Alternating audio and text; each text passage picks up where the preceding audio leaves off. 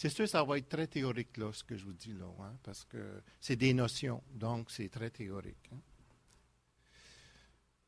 Alors, les caractéristiques de l'approche non directive créatrice, c'est que c'est centré sur la relation authentique.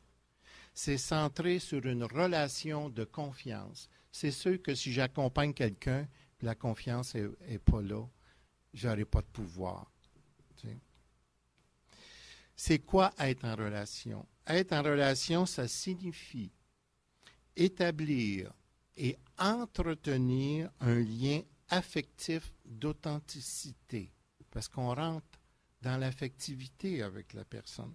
C'est-à-dire, cette relation de confiance va lui permettre de révéler sa vérité profonde, c'est-à-dire ses besoins, ses émotions, ses sentiments, ses désirs, tout ce qu'elle n'ose pas exprimer parce qu'elle a peur d'être jugée, qu'elle a peur de ne pas être aimée, de perdre, elle a peur d'être critiquée. Alors, si on établit une relation de confiance, ça va lui permettre de faire face à ses peurs.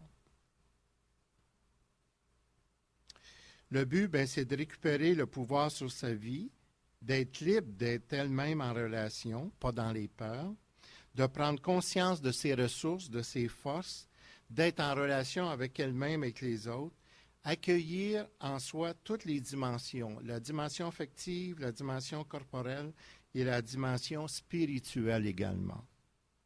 Parce qu'il y a une interrelation entre toutes ces dimensions-là. Il y a, tu sais, Jésus avec Marie-Madeleine, hein, c'est des exemples qui vont revenir. Ce qui a fait que Marie-Madeleine a changé de place, c'était la relation. Ça a été la foi, puis ça a été la lâcher prise et leur faire confiance. C'est ça qui fait qu'elle a changé de place. Puis il y a une réflexion sur la foi ici qui dit, dans le livre « Réflexion sur la foi pour ceux qui l'ont déjà ». Je pense que si vous êtes ici, vous l'avez tout. Hein? Alors, Dieu, c'est une réalité expérimentale individuelle, différente pour chacun de nous, donc incommunicable. Alors, Dieu, c'est une relation. Hein? Ça ne se communique pas. Moi, la relation que je vis avec Lise, ce n'est pas la même que je vis avec Gisèle ou avec Antonio. Antonio, c'est mon ami Fernando. Là. Bon, c'est différent avec chacun. Hein? Donc, je ne peux pas donner la relation que je vis avec Lise à Fernando. C'est différent. Mais s'il y a l'amour, bien là, c'est ça qui transforme. Hein? On ne peut pas donner Dieu à quelqu'un. C'est une expérience. Hein? Toujours écouter. Écouter, c'est tout un art. L'art le plus subtil, le plus difficile et le plus exigeant qui soit, parce qu'il suppose de la part de l'écoutant absence de jugement, de conseil, de morale, de banalisation, d'enquête, de comparaison et de projection. Alors, si on y va avec les habiletés dans l'écoute. Hein? Lorsqu'on fait de l'écoute, il y a 3 habiletés essentielles qui sont écouter, entendre et comprendre. Hein? Alors, je vais expliquer les 3 dans l'écoute. Écouter, entendre et comprendre. Il y a vraiment une différence entre elles. Et pour savoir c'est quoi que ça veut dire, on s'en va à l'étymologie. Donc, écouter, étymologiquement, ça veut dire examiner, observer. Qu'est-ce que j'observe chez l'autre quand je l'écoute? Ou constater. Qu'est-ce que je constate? Alors, écouter, c'est objectif et non subjectif. Objectif, ça veut dire l'autre, c'est pas moi, c'est l'autre.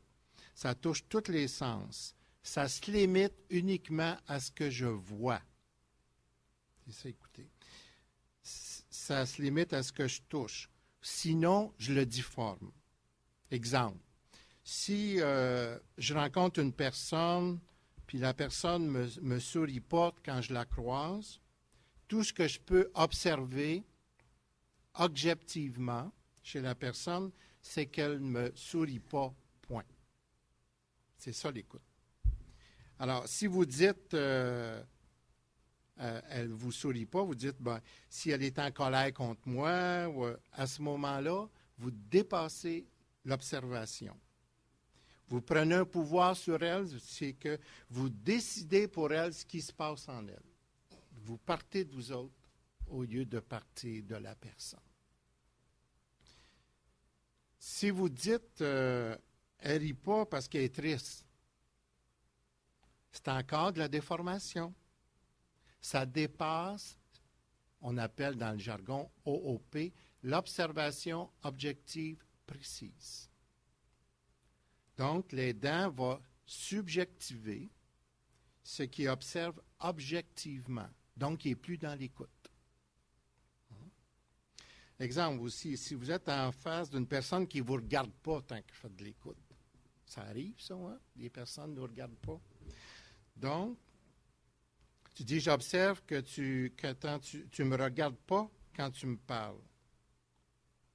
Alors, si je déborde, si je dis, ben, tu n'es pas intéressé, tu es hypocrite, etc.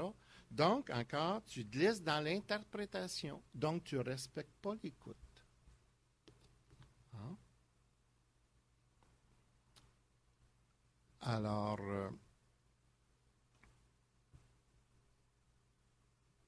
si j'arrive pas à rester à l'observation, à ce moment-là, ce qui va se produire, je vais être dans la confusion. Je vais mêler mon monde intérieur à moi avec le monde extérieur, avec l'autre qui est en face de moi. Si on écoute, on ne voit pas à travers son univers à soi, mais à travers, on reste à l'univers de l'autre. Alors, ça, c'est pour l'écoute. Maintenant, pour entendre. On a vu, il y a écouter, entendre et comprendre. Alors, entendre, tant qu'on s'en va à l'origine du mot entendre, ça veut dire entendere en latin, ça veut dire tendre vers.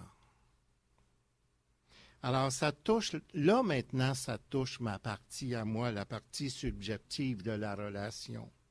C'est pour tendre vers l'autre, il faut absolument que je me laisse toucher par l'autre. Et c'est fondamental, sinon, je ne suis pas en relation. Et c'est ce qu'on appelle de l'empathie. Hein?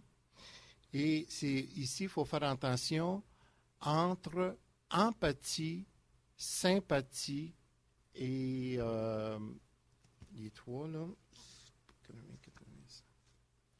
Sympathie, empathie et compassion. Tant qu'on fait de l'écoute, là, il faut bien distinguer ces trois-là. Et ça, vous allez retrouver ça dans les livres qui sont en arrière aussi. Bien, c'est le format poche qui est en arrière. C'est le guérisseur blessé de Jean Montbourquette. Il explique très bien c'est quoi la sympathie, l'empathie et la compassion. La sympathie, parce qu'il remonte lui-ci toujours avec l'étymologie, hein, puis la sympathie, c'est souffrir avec. L'empathie, c'est reconnaître ce que l'autre vit sans se laisser envahir par ses émotions. Alors, si on fait de la relation d'aide, là,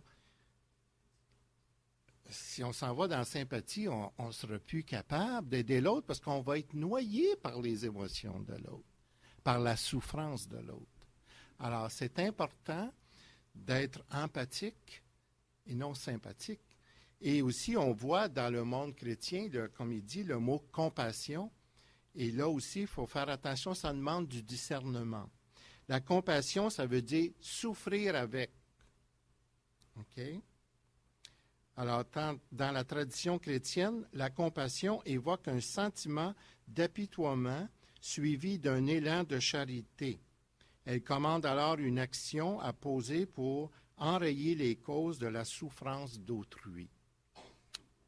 Bon, maintenant qu'on fait de la relation d'aide, il faut faire attention, ça prend du discernement, plus de l'empathie. Parce que des fois, si on se laisse avoir par les émotions, on peut glisser dans le sauveur. Et c'est plus de la compassion à ce moment-là. C'est de la compassion déguisée, comme on peut dire. Alors, voilà. Entendre, donc, implique l'élan du cœur, l'intelligence du cœur. Pour ça, il faut être à l'écoute de ce qui se passe à l'intérieur de soi.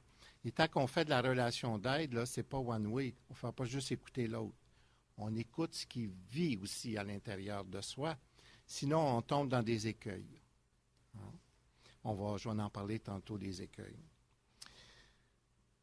Et aussi, l'aidant, il participe à la relation en donnant un feedback. Un feedback, c'est quelque chose qui nourrit. Ça veut dire qu'on vibre émotivement aux paroles de l'aider, à sa souffrance, puis au bonheur aussi. C'est être capable de dire, exemple, là, quand tu me parles de ton divorce, ça me rejoint profondément.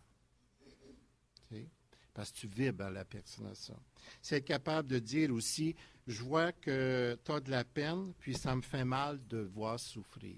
Mais pour être capable de dire ça, je vois que tu as de la peine, puis ça me fait mal de faire souffrir, il faut que tu sois en relation avec ce qui se passe à l'intérieur de toi aussi, pour avoir la parole ajustée et juste aussi.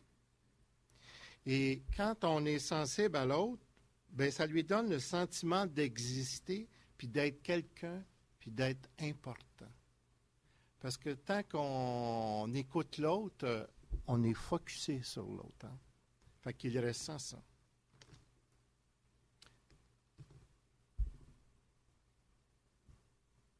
Dans entendre, ça veut dire dans l'écoute, si je ne prends pas conscience de ce qui se passe en moi, de ce qui est touché en moi, pour ne pas mêler ma souffrance avec l'autre ou son émotion avec l'autre, mais bien de la distinguer parce qu'on est deux personnes différentes qui se rencontrent. Si je n'écoute pas ce qui vit en moi, je risque de glisser dans les pièges qui vont rendre l'autre plus confus qu'avant. Exemple, si je vis de l'impuissance, à ce moment-là, quand je vis de l'écoute, quand je fais de l'écoute à l'autre, ça se peut que je vive de l'impuissance, mais si je ne prends pas conscience que je vis de l'impuissance, bien, je peux glisser dans le conseil ou je peux glisser dans le prendre en charge. Les conséquences, mais c'est que je n'aiderai pas l'autre personne à se mettre en contact avec ses propres ressources à l'intérieur d'elle.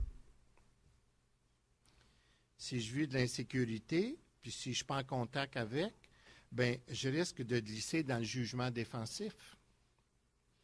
Alors, les effets, c'est que l'aider qui est jugé, il ne peut pas développer la liberté d'être lui-même ou elle-même en relation.